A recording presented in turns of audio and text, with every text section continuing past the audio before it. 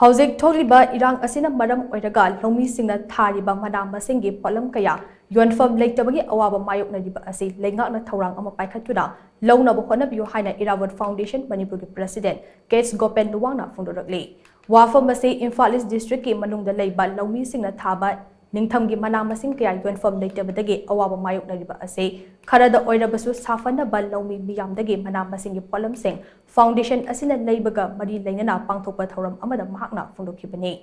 Kovi kilogram lising ahumgi mathakta leshin khiba aduga mari lainana Gopen Luwang na hai pali balengak asina asangba Manipur ama oihalasi haina thamkiba wafam adu ngasidi khara makai mai pakle adubu Loumee miyamna puthokliba manam masingi potlam sing ase Yonpham Leitabagi Awaba ama chawna mayoknare Loumee miyamgi awaba ase kharada oirabasu koknaba Irabot Foundation Manipur Horticulture Department ka pullaga angamba manam masing khara leshin pane ngasi leiriba kobi sing asi tongan mafamda hangliba relief camp amade maitegi khul ngliba volunteer singda mateng panglakani Loumee miyamna thengnariba awaba hibam asi koknaba paliba lengak asina market policy ama sebagi tangai fadaba chawna nei maram aduna Loumee singi awaba asi koknaba chief minister na athubada akhanaba Thourang ama paikhatpiyu haina so Gopen na makhata ke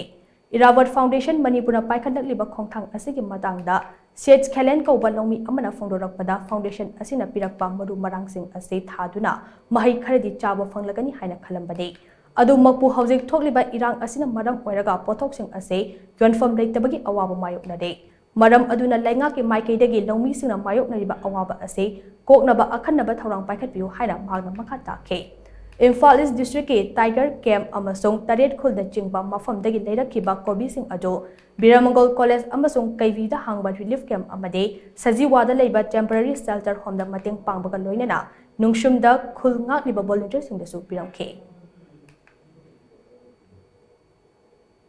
Sugumba kina sanghalo ana Manipur sanghalajena haiba Loumee sing subung kalaba sing loinamak subadagi aji loinamak sangne pungsang sangne mahi chare pale aduga khoigi laibinaba market policy ma khoigi government na khoigi market se handaki lansina khangpik piksin gibadagi khoigi yonbam gi problem asi laire habisi badi khoi chaliba team sina khoigi Irabot Foundation team amadi horticulture department sing khange aduna haiba posing ase khoi tangai phadana government na lesson birakanda khoine khungak pasing aduga relief camp da lairiba sing aduga army gi lairiba aduga MR gi lairiba police gi lairiba tongan ba government gi policy sing da atuba gi oina khoi laibira kanda moidi yenthokpibam changi aduga haiba khoi officer sing minister sing duna makhoina kolom ama khak thagiba potuna Loumee lising kaya gi mamaida momon nokani haiba posima khoina ujabadagi ngasi nongmark sida la kanda ngasi jo sugum akhangi posi sathajabani Loumee oina leibani sarkar gi tabam gi tahobani tamina Ingon keluarga kita kan jagadra na tahu bani, aduga kalau di sini kopi je,